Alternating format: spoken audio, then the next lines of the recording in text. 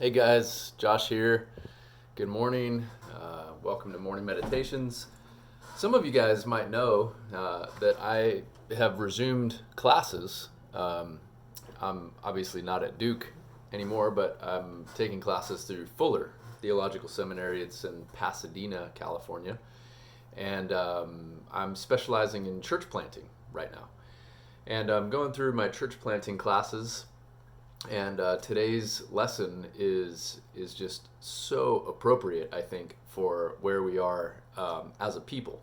And so I want you to listen. I'm just going to touch on some things here that were really moving for me.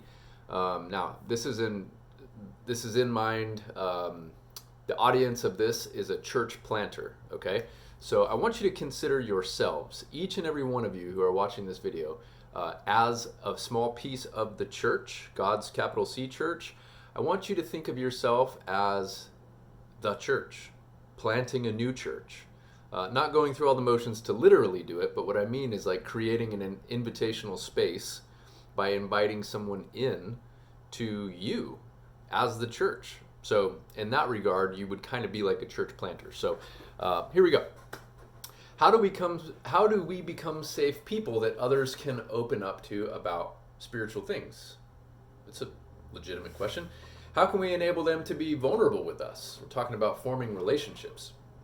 You know, it's nearly impossible to be vulnerable with someone that you don't know, and therein lies the answer. You know, building a trusting relationship is the first step in talking about deeply personal things.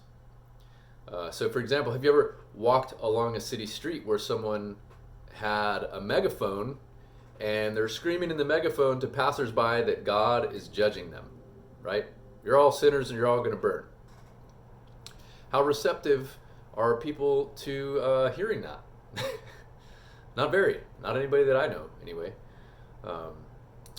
People don't open themselves up to other people when that happens, and we don't see ourselves as equals in that sense either. You know, if someone is speaking out and speaking down, there's no sense of equality there.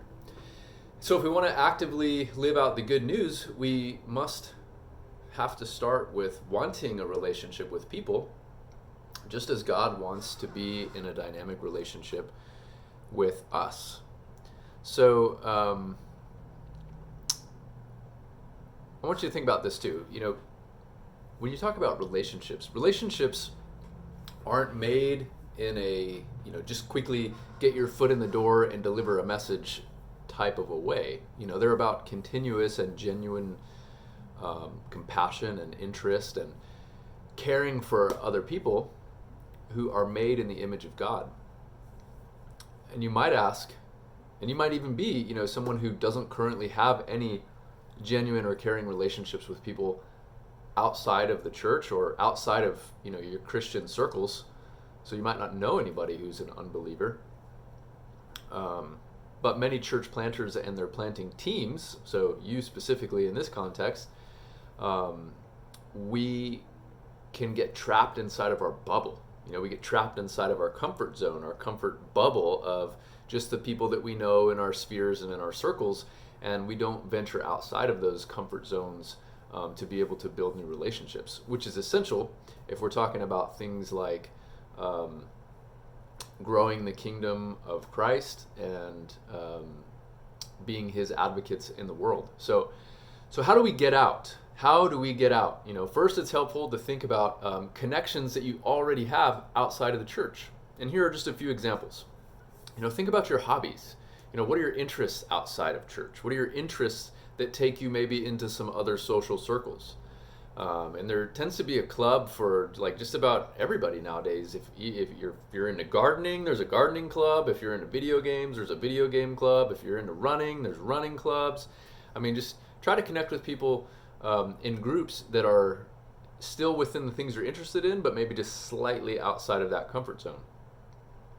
If you have children activities for parents is a great opportunity to meet new families through just going to your children's things like school or clubs or extracurricular activities and sports and things like that. So as parents of younger children even have a greater odds of being able to make friends with new people and things. But if you don't have kids and you have a job, your coworkers. A lot of us who are in the professional world, sometimes we spend more time with our coworkers than we do with our families.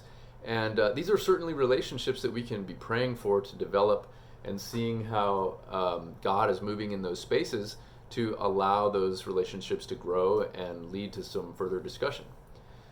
And then there's if you are not a professional, maybe you're retired, you just have a bunch of time on your hands, your kids are grown or whatever, you can be an intentional consumer. So intentional consumerism is like becoming a regular at a local business that allows you to get to know the owners and the managers and the staff and build relationships with them. And then you get to know other people through that business, and you find yourself becoming more of an active part of your community that's kind of on the fringe maybe of what you're normally comfortable with. But it shows an intentional investment in your desire to meet new people. Because Jesus clearly went out of his way to cross those cultural boundaries during his life and his ministry. And he didn't err on the side of caution and only befriend the religious and the righteous. He was actively including people on the margins of society, like the Samaritan woman at the well, and he sought out, the social outcasts like tax collectors and unclean people, the lepers and the pariahs, and he spent time with them. So in short, Jesus' ministry involved crossing those cultural boundaries and demonstrating in a tangible way that God's new covenant is meant for all people. And so that's my encouragement and thought for today, guys, is, in the midst of everything that's happening right now, how can we individually be the church collectively in our own individual efforts, where we are, in our hobbies, in our communities, in our parenting, in our jobs, everywhere we go. Think about it. I love you, and I'll see you tomorrow. Bye.